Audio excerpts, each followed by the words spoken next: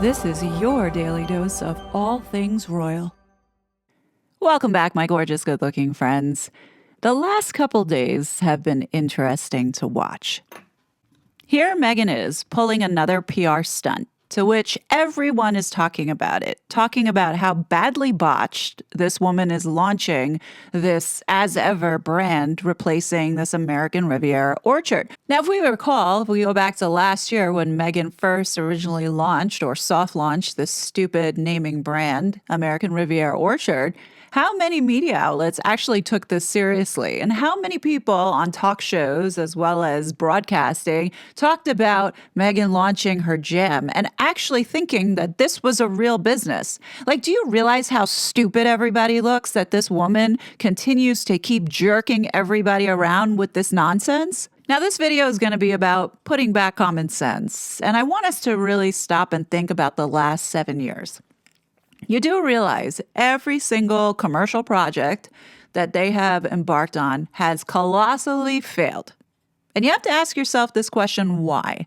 Why is it those projects all failed, but all the other philanthrocapitalism projects that they have been involved with have moved forward and actually have made a dent? Yes, it has made a dent because you can see it being reflected in legislation around the world. Now, I've stated so many times over that Meghan is an agent of chaos. Meghan is a deep state puppet, with her laundry list of failures serving as a smokescreen to distract from Archwell's shady dealings, USAID ties, and a British royal family member meddling in government machinations. All right, so just for a second, humor me, and I want to sink our teeth into this particular angle of Meghan Markle as a deep state puppet, and talking about the laundry list of failures that I believe serve as a smokescreen to distract from not only Archwell's shady dealings, but also USAID ties. The money that has been given to them is coming from somewhere, because you can't keep up this massive facade and orchestration of PR puff pieces and PR, as well as managing staff and paying them and living in that Olive Garden castle, if there isn't money coming in. So we know that money is coming in. The question is, where's that money coming from? Not to mention, we have a British royal family member who has been meddling in our government. Now, for those that have been following me and have seen the psychological warfare series that I have done pertaining to this Cyber Threat Intelligence League framework called AMET, then you know that there's various disinformation campaigns that Harry and Meghan have been executing over the past 7 years. They executed the disinformation campaign about the royal family and how they were racist and stirring up drama in the UK and causing division there. Let's not forget that Meghan is also talking about these children now that is also causing controversy. Think about how many disinformation campaigns these two have put us through in the lies that this woman has been telling. It's a lot, and it's not normal, but the media continues to keep going with it. The media continues to keep talking about it and getting us to talk about it.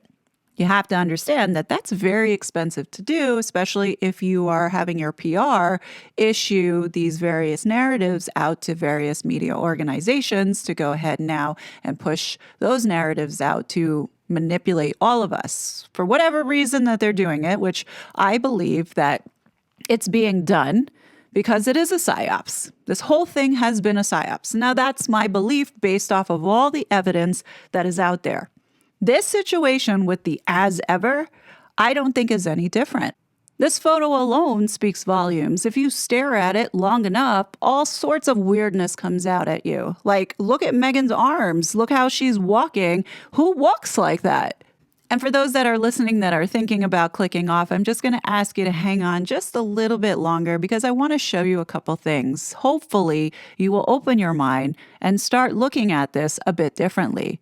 As I'm watching everything unfold, it's mind-boggling how people continue to believe what we're seeing is actually real when it's not. So for the sake of the argument, I'm going to go along with what the media is talking about, as well as people online, about Meghan's attempt at rebranding not only American Riviera Orchard, but also herself as a colossal fail.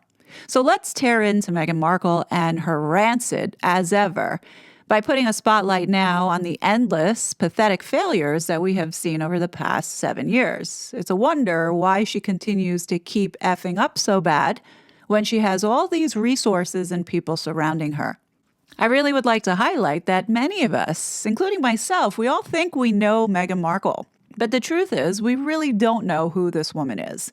All we know is from what is being put out there into the media, as well as what is purposely being seeded strategically that it was intended for people to pick up and start running with, such as this as ever. Who knows how this came to be? Apparently somebody found it out of the blue.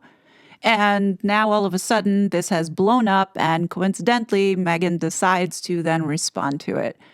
So in this light, I do feel that there is a slight coordination here that this was intended to happen because Archewell literally was blowing up left and right over the involvement that they have had with so many different things that meddled with the U.S. government. And I'm just saying the timing is coincidental. You can draw your own conclusions with that. So let's talk about some of these colossal failures that Meghan has had.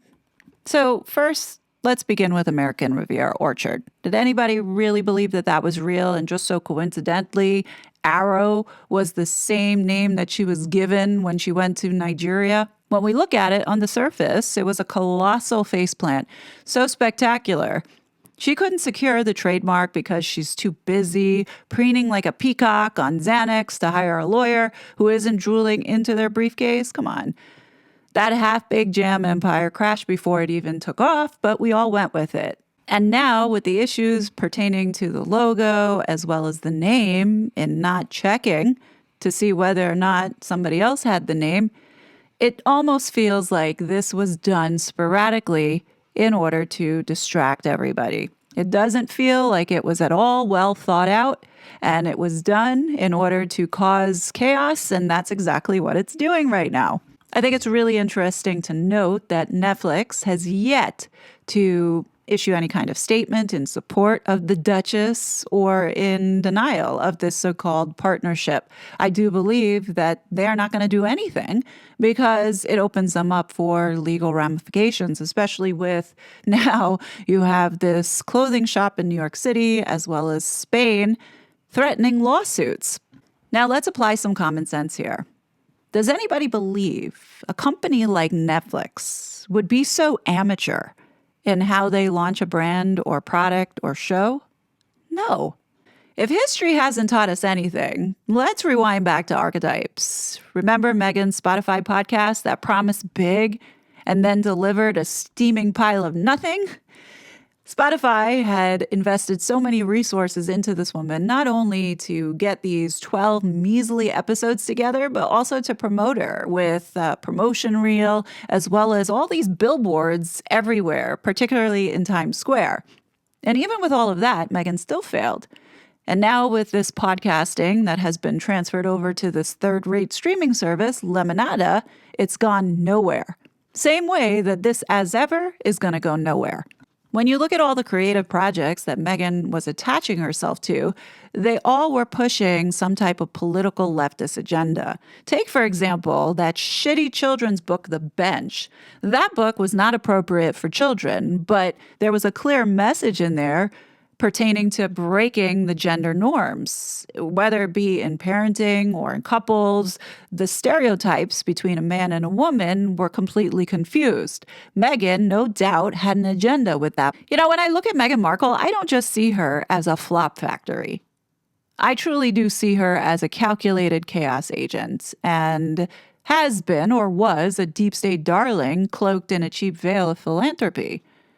When you look at As Ever, American Riviera Orchard, archetypes, these aren't just failures. They're deliberate distractions and also pushing agendas. When we look at how all of this had started, Meghan Markle came onto the scene as this strong feminist who not only was a Hollywood starlet, even though many of us had no idea who she was, but also highly intelligent because she went to this prestigious school called Northwestern, which now I don't believe she went there. I do believe we've been lied to about that. But in any case, we are supposed to believe that she is some intelligent, strong female who is in her own. And here we are looking at all these failures. You have to wonder to yourself, right? If she's so intelligent, she surely wouldn't be so stupid to throw away all this opportunity that landed on her feet because she slept with the right person and married up. There is no way that if you truly were into this to begin with, you would have thrown that all away. Yeah, it really is breathtaking when you think about it. Meghan, ever since she married into the royal family, has been given these once in a lifetime opportunities to really do good in the world. And what does she do? She throws it all away. Tell me, does that make any kind of sense unless you have some alternative agenda, which is really what I believe deep down inside? None of this is serious for her, in my opinion. And what's really fascinating about all of this is watching those who are not close to the story, who haven't followed it to the degree that we have by dissecting every single move that these two make, to then see how over the course of time, a lot of the stuff that they have been doing was politically motivated in line with the Democrats, particularly the Biden regime and Biden himself. So Meghan McCain, the daughter of late Senator McCain, was on this podcast with Perez Hilton and a third lady who I'm not sure what her name is, but they were discussing this bizarre as ever business that Meghan is now launching and why things are not working out for her.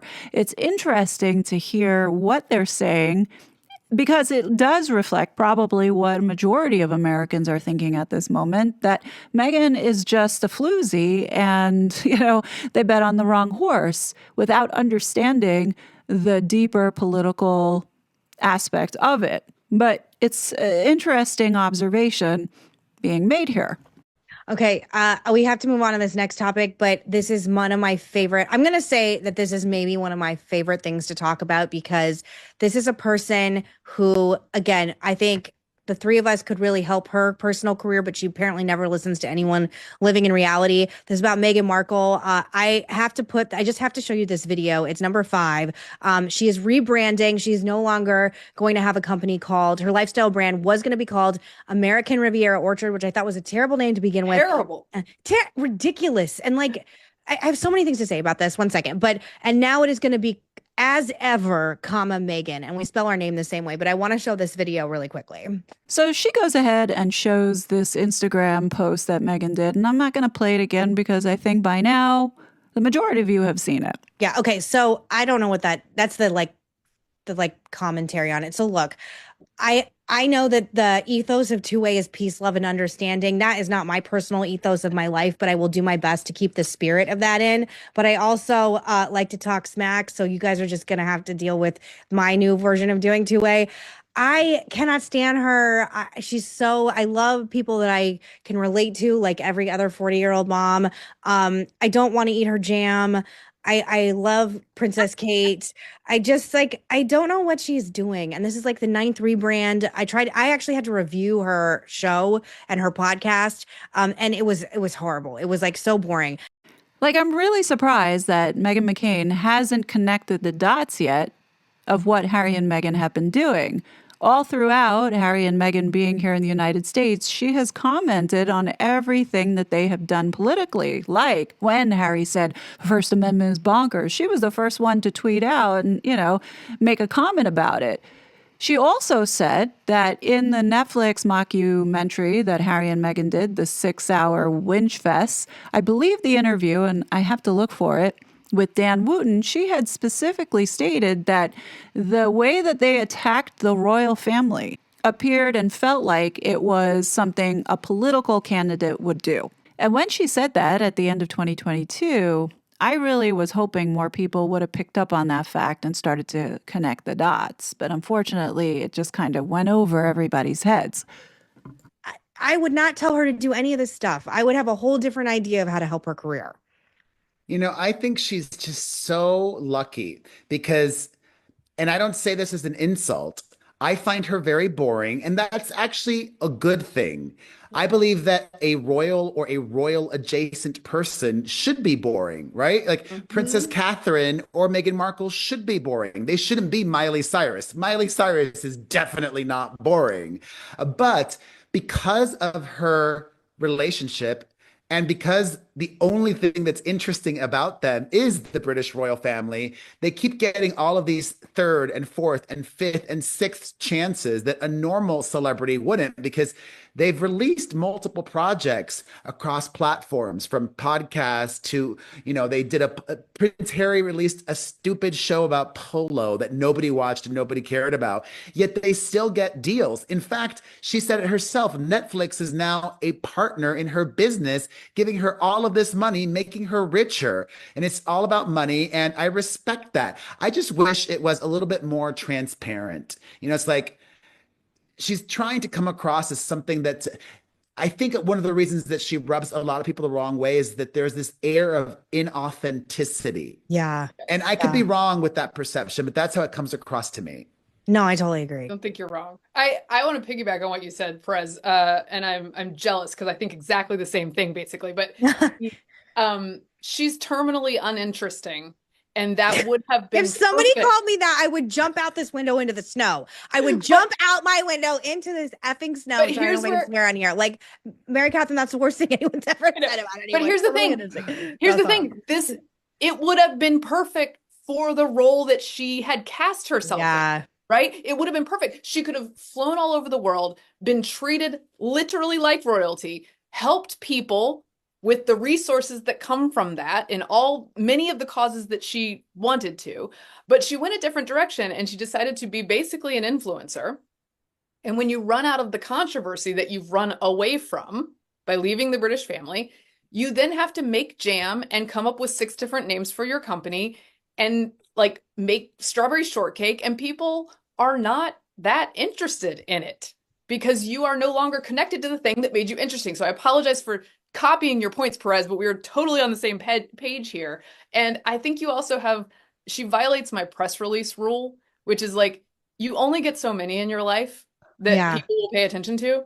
And we're on like 79 with her. And every single time she rebrands, it's a new press release and we're supposed to be excited about it. And I'm done. I'm out. By the way, I liked her when they debuted her. I liked her. I liked her on Suits. Me too. I liked her at the beginning of this journey. I've just no longer.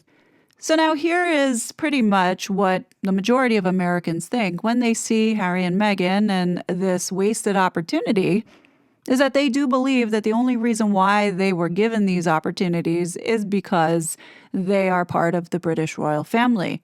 And, in the beginning, sure, that definitely made sense. But after we have witnessed now a pattern and a track record of failing at everything, and they continue to keep getting not only these press releases as well as these projects and all these celebrities that still tend to tie themselves to Meghan, like Oprah and Tyler Perry, you have to ask the question of what is in it for them? Because obviously, Harry and Meghan are not profitable. So what business person would involve themselves with 2 people who are notorious for being complete disasters, unless it's for a purpose? And yes, I do believe that it comes back now to the political angle again. Just as how Meghan McCain recognized that the mockumentary mirrored somewhat of a political attack, we have to look at how Harry and Meghan have been running their PR operations, exactly like how the Democrats do.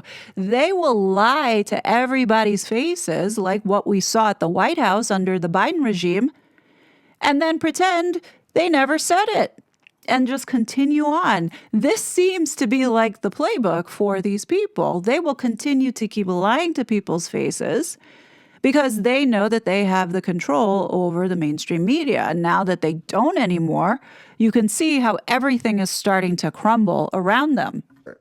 I think that both Meghan and Harry are studying, analyzing, and trying to copy everything that Barack and Michelle Obama have done since they left the White House. Now, isn't that interesting that Perez Hilton makes that assessment? It's just me. Yeah, I used to not be into the royals, but I think sort of growing up with William and Harry made a difference. Like I was in my teens when they lost their mother. Yeah. And I think the other thing for Meghan and Harry is that the political moment moved past them, right? She was 2020, 2021 fire, like on all the right messages.